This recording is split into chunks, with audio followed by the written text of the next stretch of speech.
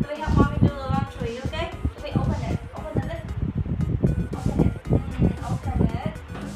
Can you help me to wash the dishes?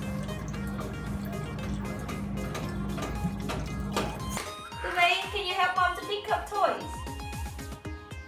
Pick up toys. Yay! Good job.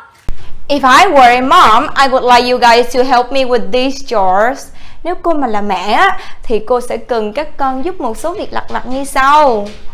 Chores là việc lặt vặt, mình thường nghe nói là family chores. Family chores. Family chores là việc lặt vặt trong nhà. Can you help me to do the laundry? Do the laundry. Laundry. Laundry. Do the laundry. Do the laundry là giặt đồ. Con có thể giúp mẹ giặt đồ được không? Các con nhớ nè, do the laundry là mình giặt đồ mà giặt bằng máy á con, còn nếu như mà giặt tay á thì mình sẽ dùng wash clothes. Wash clothes. Wash clothes là giặt đồ ha. Can you help me to dry the laundry? Dry the laundry. Dry the laundry là phơi đồ. Can you help me to fold the laundry? Fold the laundry. Fold the laundry là xếp đồ. Can you help me to wipe the table? Wipe the table. Wipe the table, lau bàn. Nhiều khi mình cần mình không những mình lau bàn nữa mà mình có thể dùng từ wipe là từ lau. Mình lau wipe your mouth, wipe your face, lau mặt của con, lau miệng của con. Đó. Can you help me to pick up toys? Pick up. Pick mình nối với up luôn ha. Pick up toys. Pick up toys. Pick up toys là lượm đồ chơi, nhặt đồ chơi, dọn đồ chơi. Cái này quan trọng nè các con. Chơi xong nhớ dọn nha, để mẹ dọn cực lắm, nghe không con? Can you help me to sweep the floor? Sweep the floor.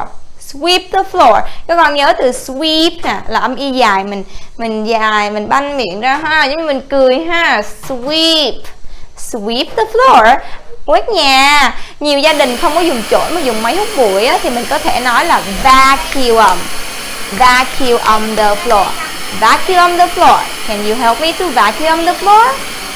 Sau khi vacuum, sau khi sweep the floor rồi thì mình sẽ can you help me to mop the floor? Mop the floor. Mop the floor. Lau nhà. Can you help me to wash the dishes? Wash the dishes. Wash the dishes. Rửa chén. Sau mọi việc, việc cuối cùng, một việc rất quan trọng, đó là đổ rác. Can you help me to take out the garbage? Take out the garbage. Take mình nối với out luôn ha. Take out. Take out the garbage. Garbage. Take out the garbage. Take out the garbage. Đi đổ rác. Wow, hôm nay các con giỏi quá. Để xem thử là các con đã giúp mẹ những việc nào nào.